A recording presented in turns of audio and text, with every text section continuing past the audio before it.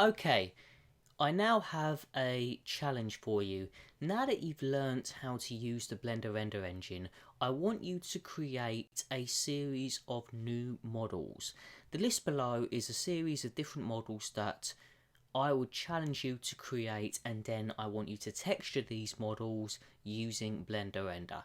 So we have a battery, a house. Don't be too daunted about doing a house, you're just doing the outside.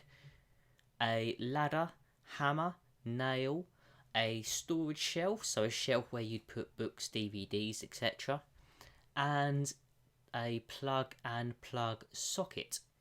Most of these will be fairly simple for you to model. The only one that will really be challenging will be the plug in the plug and plug socket, because plugs tend to have quite a few different curves. But once you've done that, once you've modelled, say you've modelled your battery, begin applying textures to different parts of the battery using the Blender render engine.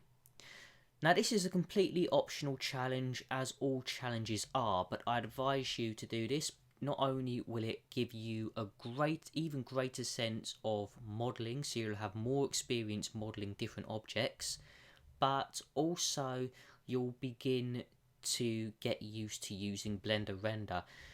One theory that I have myself when I've been learning Blender is that if you just learn how to model one object and then texture one object, then you really only know how to create that object.